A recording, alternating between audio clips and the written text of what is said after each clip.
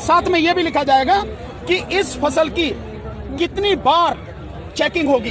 तो बोते समय, फसल जब बढ़ रही होगी उस समय, और जब फसल कट के व्यापारी खरीदेगा उस समय 3 समय उसकी चेकिंग होगी। अब मैं आपको समझाता हूं, एक बहुत मोटे से उदाहरण से समझो। ये मानिए कि इसके कानून के हिसाब से पूरे देश की जमीन, पूरे देश के जो किसानों के पास जमीन है उसका जो व्यापारी हैं उनसे एग्रीमेंट हो गया। व्यापारियों से एग्रीमेंट होने के बाद सारी जो फसल है वो कहां जाएगी? व्यापारी के घर में।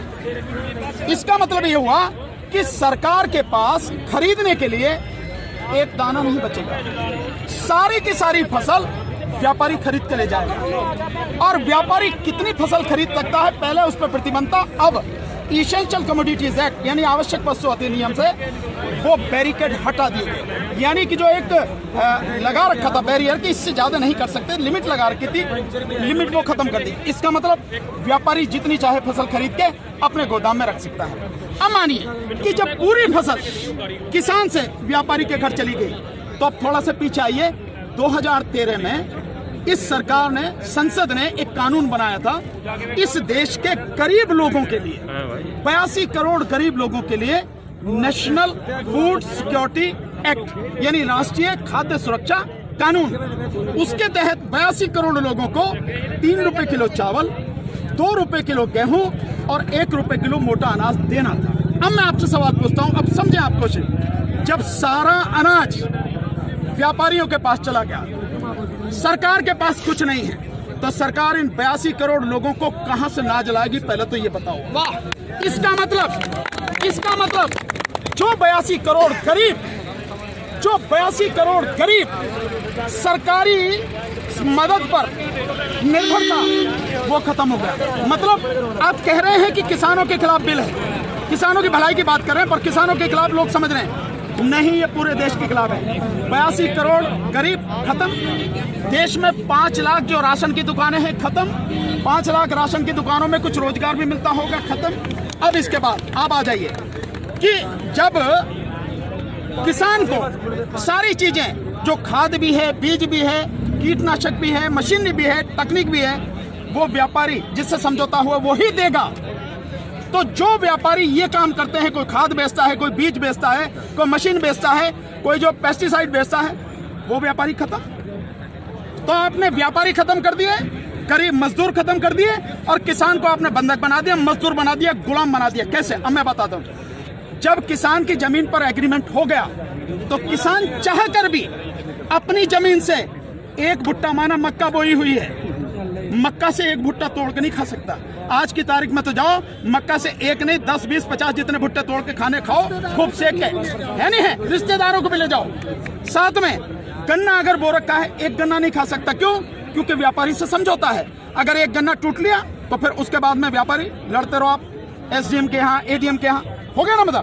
मतलब यह है कि अपनी ही जमीन पर मैं अपने लिए, अपने बच्चों के लिए अगर मन करता है, जो फसल मैंने उगाई है, मेरी मेहनत की फसल है, उसमें से एक दाना नहीं ले सकता। ऐसे कानून का क्या करूंगा मैं? और इस कानून ने व्यापारी खत्म कर दिया, इस कानून ने मजदूर खत्म कर दिया, और साथ में जो किसान है, किसान को इतनी भी मोहलत नहीं दी गई। आज की तारीख में तो किसान किसी भी जगह से, दूर से जाके, यहाँ से ठीक नहीं मिला तो वहां से ले ले, वहां नहीं मिला तो वहां से ले ले, यहाँ से कम में मिला तो यहाँ से ले ले। खाद है, बीज अपनी मर्जी से ले सकता। इसके बाद नहीं, इसके बाद तो व्यापारी ही देगा। इसका मतलब यह हुआ कि चंद व्यापारियों के हाथ में इस पूरा देश जाने वाला है। और जब व्यापारी के साथ में समझौता हो गया, तो कोई बैंक भी किसान को लोन नहीं देगा, कोई भी बैंक। इसका मतलब यह हुआ कि अगर उसे पैसा चाहिए, किससे लेगा? एक ही रास्ता बचा, उस व्यापारी से। तो सरकार कहती है ना कि जमीन नहीं जाएगी, ऐसे जाएगी जमीन। उसी व्यापारी से जब वो कर्जा लेगा, धीरे धीरे कर्जा बढ़ता चला जाएगा, और कर्जा बढ़ता चला जाएगा, व्यापारी का ब्याज बढ़ता चला जाएगा।